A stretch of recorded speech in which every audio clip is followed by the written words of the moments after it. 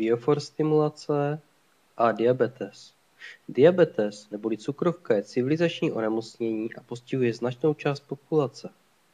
V České republice podle Diabetické asociace České republiky bylo v roce 2010 evidováno více než 800 000 diabetiků. Diabetes postihuje kardiovaskulární systém a vnitřní orgány.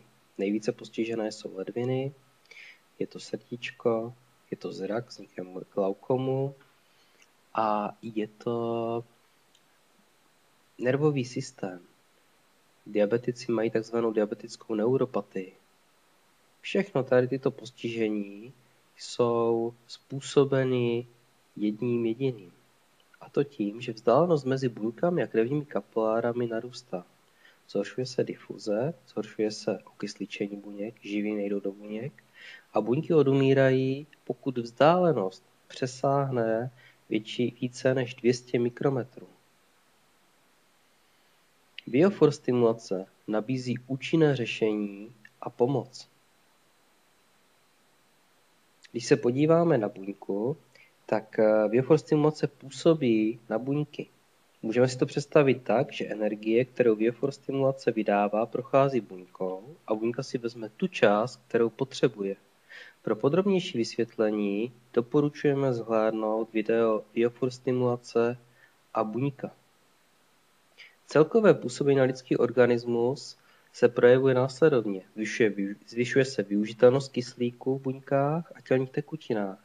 Zvýší se tvorba vlastní životní energie buněk a zlepšuje se průnik iontů do buněk. Když se podíváme, jak to vypadá s diabetickými komplikacemi. Vlevo nahoře máme nohu se zánětem Chopardovy kloubu prostředníku a vpravo dole po 14 dnech. Vliv biofor stimulace je lokální a systémový. To znamená, projevuje se nejenom v lokálně léčené oblasti, ale projevuje se v celém těle. Tady máme bérec.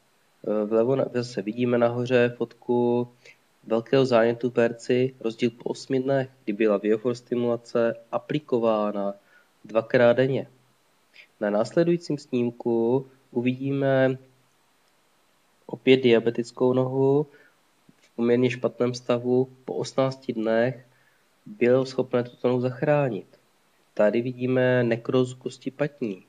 Každý snímek je po 14 dnech léčby.